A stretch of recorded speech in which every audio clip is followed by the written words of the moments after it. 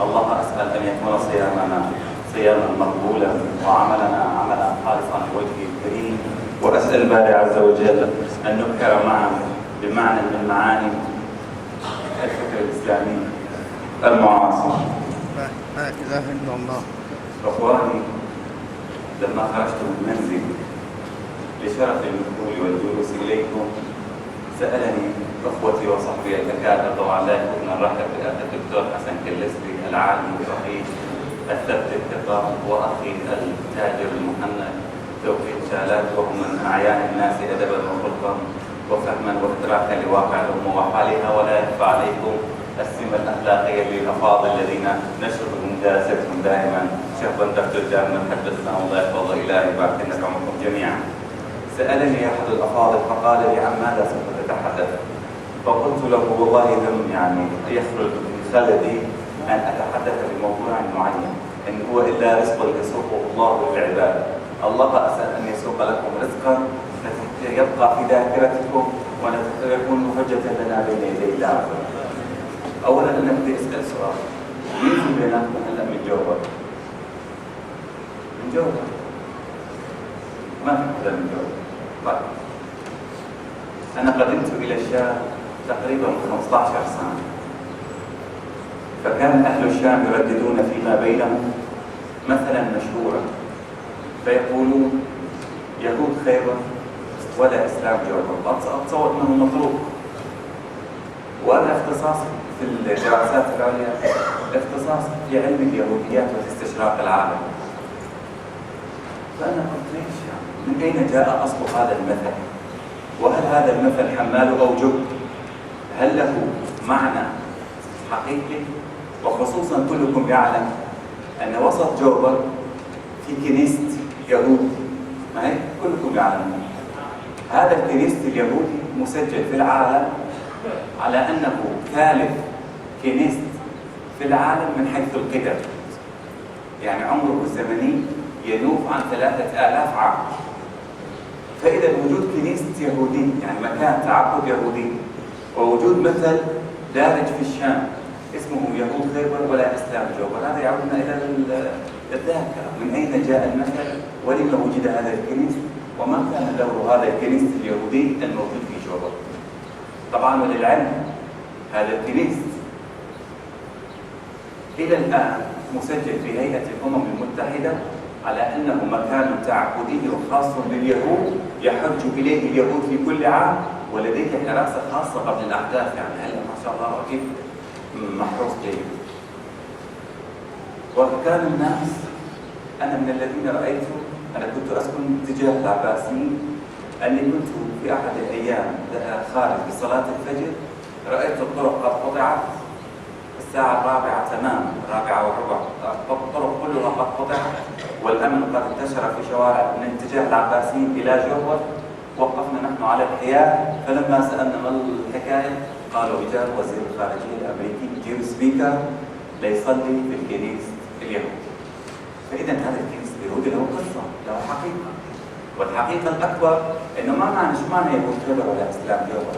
نحن ننتبه على المثل، عم نقارن بين يهود وإسلام. يهود خيبر الذين يهود جوبر، ولا إسلام جوبر.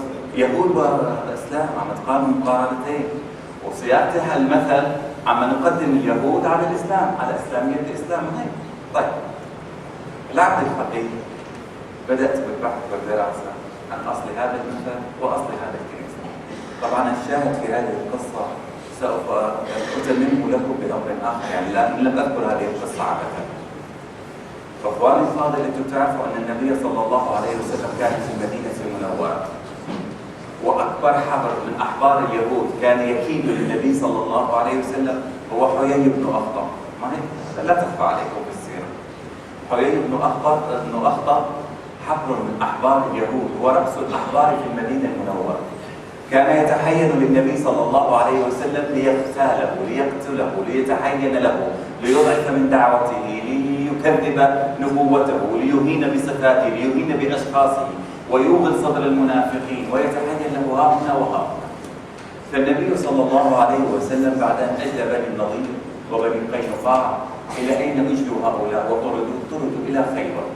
خيبر كلياتكم تعرفوا، يعني اكيد الاغلبيه اكرمكم الباري عز وجل وذهب الى المدينه المنوره والى مكه المكرمه. خيبر هي تكاد تكون على بعد المدينه المنوره تقريبا ب 80 كيلومتر عن المدينه المنوره على ساكنها افضل الصلاه والسلام. فأدلي هؤلاء اليهود بني النضير وبني قينقاع إلى خيبر وتمدرسوا بخيبر، وعلى رأسهم حيي بن أخطب. هلا لما تجمعوا في خيبر، من الذي كان يرسل لهم التعليمات؟ يعني اللي نحن نسميه الآن باراك أوباما المعاصر. مين اللي كان يرسل لحيي بن أخطب التعليمات؟ كان يرسل ليهود خيبر رجل واحد اسمه رحبعام بن مهلايلين. رحبعام بن مهلايلين هو الحبر الأعظم اللي كان موجود في جوبا، ليرسل الرسائل إلى حيي بن أخطب بالمدينة المنورة أن أقتل محمدا ونلمن محمدا وتحين لمحمدا وأضعف دعوة محمدا. فرحبعام بن مهلايلين هذا مو رجل السهل، هذا رحبعام بن مهلايلين هو أول حبر أعظم دومن التوراة المقروءة اللي يقرأها العالم الآن. رحبعام بن مهلايلين عاش في جوبا 107 أعوام. يقطع عمره شو معمر 107 أعوام، وهو يرسل الرسائل لعبد الله بن سلام وحيي بن أخطب وأبي بن صلاب، هذول من أحبار اليهود في المدينة المنورة، أن تحينوا وترصدوا لنبوة محمد.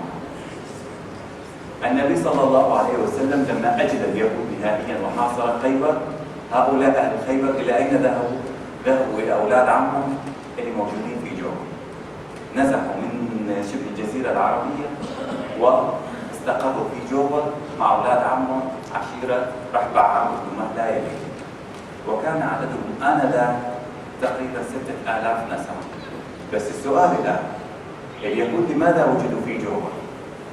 يعني كيف وجد اليهود في جوبا؟ جوبا كانت منفى للرومان. انتم تعرفوا ان بلاد الشام 13 قرن هي محتلين الرومان. 13 قرن حتى جاء الفتح الاسلامي على يد سيدنا خالد بن الوليد وابو عبيده بن الجراح، وتم الفتح الاسلامي في بلاد الشام. من كان يحكم الشام؟ مدرج بصره من بنى الرومان. هذه البلاد 13 قرن محتله من قبل الرومان، والدليل على ذلك الى الان مما منه الكريم علينا ورحمنا ومن علينا ان الى الان العفو من الصرف الصحي يعني على اسس الرومان السابقه. فالمهم انتقل اهل خيبر فجاءوا الى اخوانهم ولاد عمومتهم في جوبا وبداوا ومكثوا في جوبا. الرومان ماذا كانوا يفعلون؟ الرومان كانوا يكرهون اليهود ويعتبرونهم شعب يتساوون مع الكلاب اجلهم، وهو هذا التصريف الفقهي والتاريخي، ولا شك افعالهم وسلوكهم الان احط من الكلاب. فهؤلاء كانوا ينفونهم الى جوبا. لا كل من يثبت عليه تهمه انه يهودي كان يلبس زيا خاصا ويذهب الى جوبا على اعتبار انها المنفى الحقيقي لليهود. لما جاء الفتح الاسلامي الى بلاد الشام على يد الصحابه رضوان الله عليهم اجمعين، اليهود ماذا فعلوا؟ رحبعام بن مهلايلين واجوا اعوانهم الكبار حيي بن اخطب وعبيده السلام والثاني والثالث، اجتمعوا فاقروا انه اذا نحن اجرينا من المدينه المنوره ومن شبه الجزيره العربيه والان نحن في بلاد الشام اين نذهب؟ يعني الان اذا من المدينه ومكه ذهبنا، الان اذا نحن في بلاد الشام الى اين نذهب؟ فاقروا اقرارا انه اذا دخل الفتح الاسلامي نعلن نحن اننا من اهل الذمه، والشريعه الاسلاميه تضمن لاهل الذمه البقاء على الاديان شريطه الجزيه وعدم الفتنه وما شابه ذلك. وفعلا بقي اليهود في جوبا يتماسكون على بعضهم البعض، يتشددون على بعضهم البعض. من سكن حول جوبا؟ سكن الصحابه رضوان الله عليهم اجمعين. لما فتحت بلاد الشام، فتحت بلاد الشام فاستقر في الشام الشريف، الشام التي انتم تجلسون فيها الان والتي تسيرون فيها الان، قد مشى قبلكم فيها 10,317 صحابي كلهم مدفونون في الشام. جمعهم ابن الأثير في كتاب اسمه أسد الغابة في حياة الصحابة. 10,000 صحابي ويزيد قد انتشروا في الشام ودفنوا في الشام، وعوائلهم بقيت في الشام، هذول من الصحابة، وهذا في التدوين. فالصحابة رضوان الله عليهم أجمعين لما رأوا اليهود في جوبا ما زعموهم في شيء، إنما تسوروهم تسور، يعني جلسوا حولهم على الأطراف.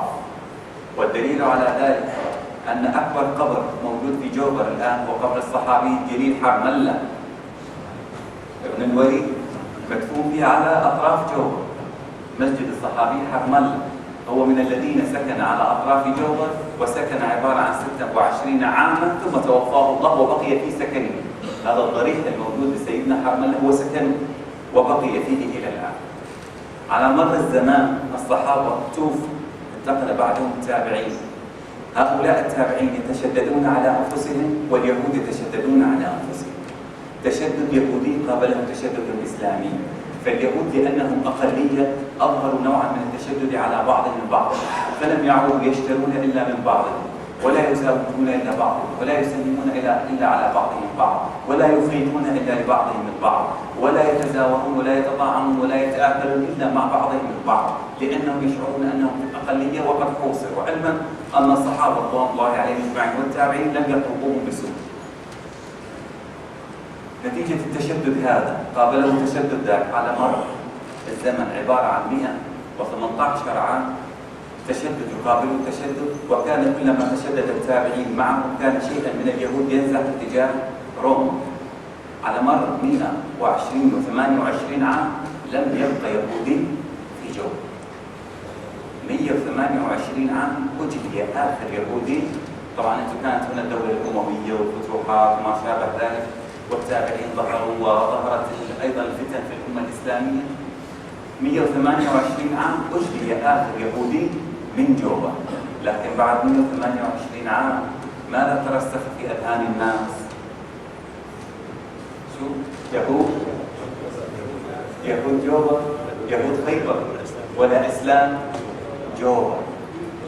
ليس لضعفه إنما لتشدده وامتيازه عما كان نتيجة الإسلام الموجود في بلاد الشام، لأنهم عاصروا اليهود فترات طويلة. أنتم عم تحكوا عن 100 عام من المعاصرة الحقيقية اليومية. منزل يقابله منزل يهودي يقابله منزل إسلامي، منزل يعقبه منزل، حارة تعقبه حارة، طبع يعقبه طبع، ميراث يعقبه ميراث، أطفال يلعبون مع بعضهم بعض، هؤلاء يتشددون وهؤلاء يتشددون، حتى أجري آخر يهودي ترسخ في أذهان أهل الشام فقالوا يهود خيبر ولا إسلام جوبر لتشدده. وعبر التاريخ كان الجبراني إذا أراد أن يعير رجلا فيقول قبح الله فعلك، لو أن فيك خير ما جعلت ابنتك تدرس للصف الثالث في المدارس الحكومية. فهذا أيضا لتشدده عبر التاريخ. الآن انتهى الزمان بأهله. رويت هذه القصة حتى أصل إلى مغزى أعمق. هذه جوبا. نحن عندنا أيضا من أرقى المناطق الموجودة في الشام منطقة أخرى اسمها البرامج. ما هي؟ برامج. لو سألتكم سؤال الآن، البرامج نسبة إلى من؟ بني برمك. من هم بني برمك؟ برمك من هم؟ البرامج هم برمك بن علي ابن اللحيان. برمك بن علي ابن اللحيان هو الحفيد الرابع لرحبعام بن مهلايليه. عرفتوا بقى؟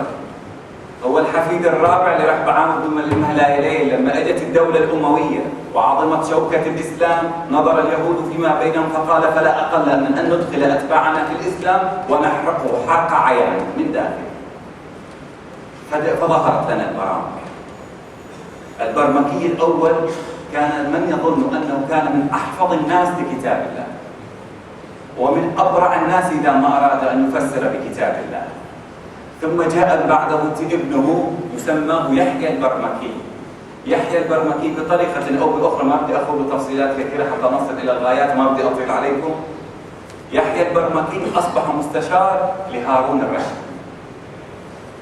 هارون الرشيد من بعده جاءت ولداه المأمون والأمين، ويحيى البرمكي وأخوانه خالد البرمكي وصلاد البرمكي كانوا يكتبون حديث رسول الله صلى الله عليه وسلم. فتخيلوا كيف كانت النشأة. أنا أحكيكم عن بلاد الشام لا أقدر أوصف كيف. ثم بعد ذلك لما عرف هارون الرشيد مكائدهم وانتقل الأمر للمأمون فأراد أن يقضي على البرامكة ويقتلهم قتلة يعني رجل واحد.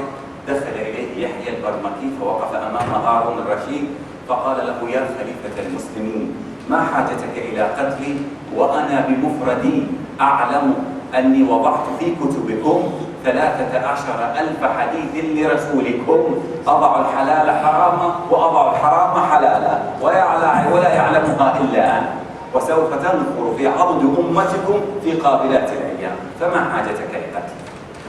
يعني أنت بدك تقتل واحد وضع في كتبكم 13,000 حديث عن رسول الله يجعل الحلال حراما والحرام حلالا ولا يعلمها غيري، وسوف تنتشر في كتبكم وسوف يتناقلها الناس على أنها أحاديث عن رسول الله وهي ليست بأحاديث عن رسول الله، فهذا هو حالكم وسوف يكون مآلكم. طبعا هارون الرشيد أجابه فقال له: أين أنت من يحيى بن معين؟ وأين أنت من أحمد بن حنبل؟ يغربلون الأحاديث غربلة فيردون عليها حديثك الوضاع ويبقي على الأمة حديثها الصحيح. وفعلا سيدنا الإمام أحمد بن حنبل ويحيى بن معين من كبار محدثي الأمة تنابذوا للدفاع عن الأمة في ذاك العصر. شوفوا الفتن من أين في ذاك العصر حتى ينافقوا عن الأحاديث الباطلة التي دست فيها. ومع ذلك سرب من يحيى بن معين إلى الآن في كتبنا ما ينوح عن 6,000 حديث عن رسول الله، أقلها الآن في الصيام عندما نقول صوموا تصحوا، هذا ليس بحديث، هذا من وضع يحيى البرمكي. عندما نقول اطلبوا العلم ولو في الصين، هذا ليس بحديث، هذا من وضع يحيى البرمكي. بس أنت انظروا قديش مشهورة هذه الأحاديث بيننا. عندما نقول لا صلاة لمن لا وتر له، لمن لم يصلي الوتر، هذا ليس بحديث، إنما هو من وضع البرامج. فأنتم رأيتم الآن البرامج على رحب عام من لا يلين مثل ما كان في السابق، راح يتركوا الأمة هكذا تطلع عبثية بدون أن يضعوا السم الحقيقي بطريقة انحرافية عالية. أقول لكم قال له: ما حاجتك إلى قتلي وقد دسست في كتبكم 13,000 حديث عن رسولكم بلسان رسولكم أضع الحلال حراما والحرام حلالا ولا يعلمها غيري. ومنذ ذاك الحين ونحن الآن لهذا العصر بعد مرور 1400 سنة وعاصرنا من اليهود ما عاصرنا، ومع ذلك لم نتعلم من درسنا الحقيقي. المغزى الآن النبي صلى الله عليه وسلم دخل إليه عبد الله بن سلام وهو حبر من أحبار اليهود فقال له: يا محمد لقد جئتك من قومي مسلما وأعلم أنك على حق. فقال له النبي صلى الله عليه وسلم: هو تعلم أني على حق بأي أمارة؟ قال: والذي بعثك وبعث موسى والناموس لعيسى أني رأيت أماراتك في كتبنا في التوراة، أشهد أن لا إله إلا الله وأشهد أنك رسول الله. فقال له النبي صلى الله عليه وسلم: يا عبد الله، أو قومك كلهم يعلمون بإسلامك؟ قال: لا، إنما أنت أول من يعلم بإسلامك. قال له عبد الله يقول للنبي صلى الله عليه وسلم، قال له: يا رسول الله، إن قومي وأعلمهم من مكر وخديعة وتحيل للفرص، وسأثبت لك الآن على ما هم فيه. فخرج عبد الله بن سلام من منزل النبي صلى الله عليه وسلم ووقف في وسط ساحة من ساحات المدينة فنادى: يا بني النضير، يا بني قينقاع، يا أبناء عمتي من خيبر، يا بني اللاتين عشائره، اجتمعوا إلي الساعة. فقدم إليه اليهود من كل مكان رجالات اليهود. فقال لهم: أنا عبد الله بن سلام، تعلمون من أنا؟ ما تقولون في؟ قالوا له: أنت حبرنا وابن حبرنا، سيدنا وابن سيدنا، فقيه وحري بك إن قلت أن نستمع لك، وإن أمرت أن نطيع لك، وإن تحدثت بأمر جلل أن نغزو معك، فانظر ما أنت فينا، فوالله أنت عزيز القوم لدينا. قال: ما تقولون في أن قلت لكم أني آمنت وقلت أشهد أن لا إله إلا الله وأن محمدا رسول الله؟ فقالوا له: أنت الحقير فينا والدليل، والوضيع وابن الوضيع فينا، وحري بك إن تكلمت أن لا يسمع لك، وما عهدنا عنك وعن آلك وأهلك إلا الدعة والضعة والذلة والمهانة والخيانة، قبحك الله من رجل ومن سلالة تنتمي. فقال له: كفاني منكم هذا حتى يعلم رسول الله صلى الله عليه وسلم أنه لا عهد لكم ولا ميثاق ولا أمن ولا أمان. في لحظة واحدة جعلوه سيد ابن سيد، وفي الثاني جعله الحقير الوضيع ابن البيت. هؤلاء هم البيت. وبعد الزمن الطويل هذا عم بعطيكم توصيف تاريخ، ولو أردت أن أتحدث عن كل منطقة في الشام لرأيتم العجب العجاب، لكن أعيدكم إن شاء الله في محاضرات ثانية. الشاهد الآن، أنتم تعرفوا طبعا أنا اللي طلبت من أخي الدكتور ياسر حفظه الله إن الله يرضى عليكم ما أجد عليه 50 لقب أنا مستلمها، فما بدي ولا لقب أتحدث فيه، لكن أنا أفخر بلقب واحد، إني أنا المدير العام العبد لله، أنا المدير العام لمؤسسة القدس الدولية. هذه المؤسسة هي فرع من منظمة المؤتمر الإسلامي. مهمة هذه المؤسسة أن نحافظ على المقدسيين وسط القدس، أن لا تغادروا. إذا في مدرسة قديمة أثرية بدها تسقط، نحن نرسل المال من أهل الشام، منا يعني نحن السوريين، نرسل المال أن نرمم هذه المدرسة حتى لا يستولي عليها. إذا مقدسي بده يبيع بيته لأنه ما في حدا يشتري إلا اليهود، نقول له لا تبيع، نحن نشتري البيت وسجله بهيئة الأوقاف المقدسية. إذا في دكان، إذا في شارع، إذا كنتوا تعرفوا هذا العمل، هذا العمل تعرفوا من إبداع ما؟ بتعرفوا ليش أنا بيجي لعلى مسجدكم المبارك هذا؟ لأني أنا وما أملك هو نقطة بالبحر. سيدنا الشيخ صادق حبلنا كالميدان. رحمة الله. هاي فكرة سيدنا الشيخ صادق حبلنا كالميدان، أنه سوف يأتي زمان على العالم الإسلامي ينسون قضية فلسطين وقضية القدس وقضية المقدس وقضية. فتنادى سيدنا الشيخ صادق حبلنا كالميداني مع ثلة من علماء العالم الإسلامي، وقدموا مذكرة لهيئة الأمم المتحدة أن لك يا أخي نحن علماء مهمتنا بدنا نحافظ على القدس حتى لا تصمت، لأنه ما شاء الله نحن في زمن ما عاد حدا ذكر شو بالقدس ولا شو فلسطين ولا شو كذا، نتيجة الكوارث الموجودة في كل بلد إسلامي. وهو أول من دون دستور. فلما آتي إليكم آتي بباب رب الجميل هذا العالم العلامة الكبير، وأنتم أهل لكل عز وخير. فما في مدرسة أثرية تسقط إلا وشيء ما بتعرفوه، كان علماء الشام يضعون ليرات الذهب يرسلونها بطريقة حقيقية إلى منظمة المؤتمر الإسلامي حتى يرموا فيها مدرسة في القدس، أو شارع في القدس، أو دكان في القدس، أو في إنسان افتقر وأراد أن يبيع منزله فيشترى ويوقف وقفا في القدس. ثم تطورت بعد ذلك الحكاية حتى أصبحت إنه نحن مثلا نحن السوريين مهمتنا داخل القدس إنه نحافظ على الآثار ما حدا تنباع. الجزائريين الله يجزيهم خير استفادوا من التجربة وقدموا إنه نحن أيضا إذا في شاب مقدسي بده يدرس دراسات عليا في أي دولة في العالم نحن ندرسها ونرجع للقدس. يجوا بعد ذلك التوانسة، يجوا بعد ذلك الإماراتيين، كل واحد يعمل قضية لداخل القدس حتى نحافظ على وجهه نتيجة الفقر والفاقة. أنا ذكرت لكم هذا الوصف لحتى أقول لكم إن من ضمن الأشياء اللي نعملها بمؤسسة القدس لدينا رصد. شو معنى رصد؟ يعني لدينا مكتب يوميا يترجم الصحف الإسرائيلية، صحيفة يدعوت أحرنون، صحيفة جيروزاليم، صحيفة هآت، يوميا نترجمها إلى اللغة العربية وترسل إلينا فأقرأها وأطلع عليها نحن ومجموعة يعني من حتى الفصائل الفلسطينية وكذا تبرعا لله نرسلها لهم لعلهم يستفيدون منها. أنا ذكرت لكم هذا إن أنا من تقريبا 7 سنوات وأنا يوميا أقرأ الصحف الإسرائيلية. يوميا أقرأ الصحف الإسرائيلية قبل ما أقرأ صحيفة التشهير والثورة والثالث شوي. هي كلها نسخة واحدة لكن هنيك إسرائيل نسخ حقيقية، يعني تقول صحيفة إسرائيلية، صحيفة حقيقية، مو فوتوكوبي على 50 صحيفة ثانية، صحيفة حقيقية يعني أبحاث، يعني رصد حقيقي لواقع الأمة الإسلامية. يعني عندما نقول صحيفة يدعوت أحرنوت الآن تتكلم عن الإسلام في سوريا، فاعلموا أن الذي يتحدث اعتبروه أكبر علامة لدينا في سوريا. لأنه من مهمتهم إذا أرادوا أن يكيدوا لأمة أن يعرفوا حقيقة الوضع في أمة. مو نحن حتى نزين الشيء نعطي أوصاف خارج المنطق والمعقول. هذا الأمر كله ساقني لأن أتحدث عن أمر غاية في السوري.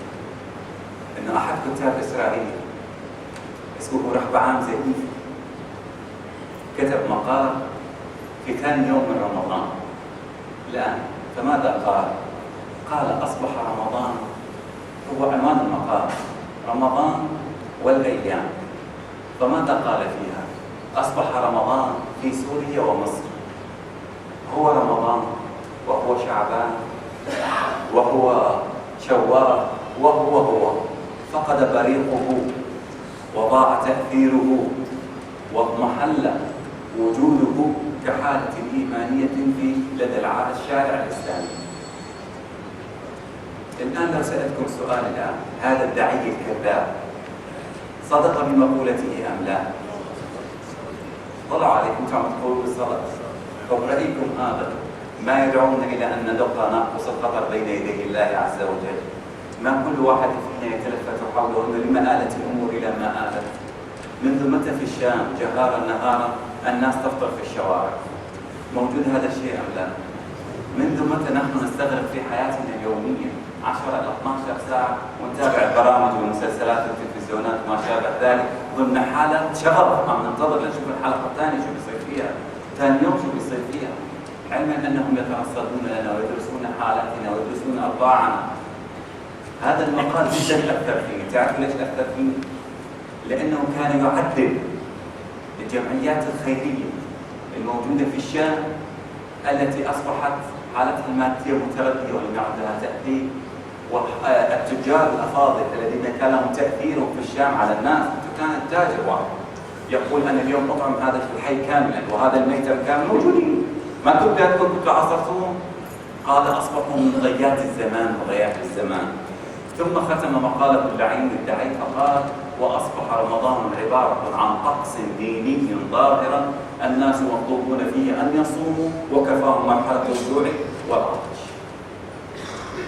الله أسأل أن يخذل اليهود حينما أنهلوا، والله أسأل أن يعيد لنا عزا فقدناه بذل وتهاون منا تعمدناه. هذا كله يقودني إلى طلب آخر، أن كلنا مطالب أمام الله أن نحسن فينا الصورة للإسلام، أن نحسن فينا أمرا آخر جلل أختم فيه المحاضرة وقد قلت لكم العام الماضي أن النبي صلى الله عليه وسلم توفي ولم يكن بين يدي الأمة كتاب يقرأ. حتى القرآن الكريم لم يكن مجموع بين يدي الأمة. الصحابة رضوان الله عليهم أجمعين لم يكن أي واحد فيهم لديه نسخة من القرآن الكريم. توفي النبي صلى الله عليه وسلم ولم يكن بين يدي الأمة نسخة واحدة من القرآن الكريم. ثم جاء سيدنا الصديق، ثم جاء سيدنا الفاروق ولم يكن بين يدي الأمة أيضا نسخة من القرآن الكريم، حتى جاء عهد سيدنا عثمان بن عفان وتم تدوين القرآن، جمع القرآن، ونسخت في الأمة 6 مصاحف، نسخة إلى الشام ونسخة إلى مصر ونسخة إلى العراق ونسخة إلى المدينة ونسخة إلى مكة المكرمة ونسخة إلى اليمن. 6 نسخ من القرآن الكريم فقط كانت موجودة في عهد الأمة. وكنا نقول أن هذا هو العصر الذهبي للأمة، الخلافة الراشدة. ما نقول عصر الصديق وعصر الفاروق وعصر ذو النورين وعصر سيدنا علي بن أبي طالب، ونقول أنه العصر الذهبي للأمة ولم يكن بين يدي الأمة كتاب يقرأ. ونحن الآن بعد 1400 سنة ما في منزل إلا ما فيه 3 أو 4 نسخ من المصاحف، وكتبنا في الحديث آلاف الكتب، وكتبنا في التفسير آلاف الكتب، وكتبنا في الفقه والأصول والمنطق والدلالة والاصطلاح، وما تركنا فنا من فنون، وكل واحد فيه لديه بالميت مكتبة ضعيفة، آلاف الكتب في كل فن إسلامي. ومع ذلك هم أمة راشدة ونحن أمة على حالنا كما ترون. اليهودي يستهزئ بنا فيقول أصبح رمضان حالة تعبدية عرفية مآلها النهائي إلى العطش والجوع. هؤلاء ماذا كانوا يفعلون ونحن ماذا كنا نفعل؟ هؤلاء لم يميزوا عنا الصحابة رضوان الله عليهم أجمعين. طبعا نزل فيهم قول الحق سبحانه وتعالى السابقون السابقون أولئك المقربون. أما نحن الآن نزل فينا أنهم كانوا يقرؤون القرآن وينصتوا. يا أيها الذين آمنوا إذا قرئ القرآن فاستمعوا له وأنصتوا. هم استمعوا وأنصتوا. ما معنى استمعوا؟ استمعوا لمراد الله وأنصتوا أي طبقوا ماذا أراد الله. ونحن الآن أمة يقرأ فينا القرآن. الآن كل واحد فيكم على جوال لديه أرقى أنواع الأصوات. نستمع يوميا، نحط التلفزيون عم نستمع للقرآن يوميا، نقرأ ما شاء الله ختمة و2 و3. وإذا أردنا أن نميز بين الأصوات يقول أحدنا لا أنا أميز صوت الحصري على صوت السديس على صوت بن مصفر على الثاني على الثالث ونسمع. نحن ما زلنا إن أمة نسمع إذا قرئ القرآن فاستمعوا نحن نستمع، أما لم ننصت لمراد الله. لو أنصتنا لمراد الله لطبقنا مراد الله، ولو طبقنا مراد الله لما استهزأ فينا داعي كاذب أو منافق حقير يهودي أيا كان شأنه. وأنا ما بدي أطيل عليكم في الدراسات، أشهد الله لو قيض لي الزمان وسوف أتقرب إلى الله بأني سوف أجعل سلسلة عن الدراسات اليهودية لواقعنا الإسلامي السوري، ولن أتكلم عن جميع العالم الإسلامي. سوف أذكر لكم ماذا يذكرون عن جامعاتنا، عن التربية لدينا، عن شوارعنا، عن عمال النظافة لدينا، بالتفصيل والتحليل والتعليق والتدليل، حتى إذا ما أرادوا أن يكيدوا كيدا أخذونا مباغتة أخذ رجل واحد. أختم محاضرتي بسؤال بسيط. أنتم تتوقعوا إسرائيل موجودة الآن أمام الربيع العربي اللي حدث في العالم العربي، في مصر، في تونس، في سوريا، في اليمن، في العراق. أنا إلى الآن رغم يوميا أرصد الصحف الإسرائيلية ما رأيت تحليلا عميقا لما يحدث في العالم العربي. أنتم برأيكم معقول كانوا اليهود إذا وجد لدينا في سوريا اخترع له يعني محرك سيارة، كانت الصحف الإسرائيلية تتحدث عن هذا بخلل، إنه ليش كيف هذا طلع واخترع؟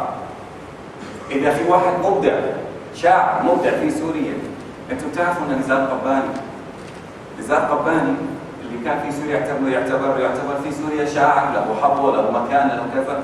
أكثر من 17 رسالة دكتوراه في إسرائيل عن شعر نزار قباني وتأثيره في العالم العربي.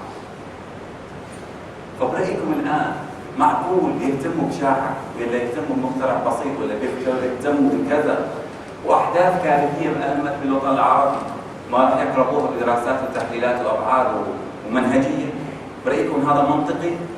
أجيبكم على هذا السؤال بإذن تعالى إن أحيانا الباري عز وجل محاضرة أخرى. ارفعوا أيديكم بابتهال ومناجاة إلى الله وعمقوا الصلة بينكم وبين الله وقولوا اللهم يا بارئ هذه ويا من من فيض جوده كل جود، اللهم جد علينا بنعمتي الأمن والأمان، اللهم جد علينا بنعمتي الأمن والأمان، اللهم جد علينا بنعمتي الأمن والأمان، اللهم ارحم ضعيفنا، اللهم ارحم ضعيفنا، اللهم انظر للفقراء فينا، اللهم انظر للفقراء فينا، اللهم ارحم الأيتام فينا، اللهم ارحم الأيتام الذين كثروا في أمتنا، اللهم انظر لنا نظرة عطف وتجلي برحمتك يا أرحم الراحمين.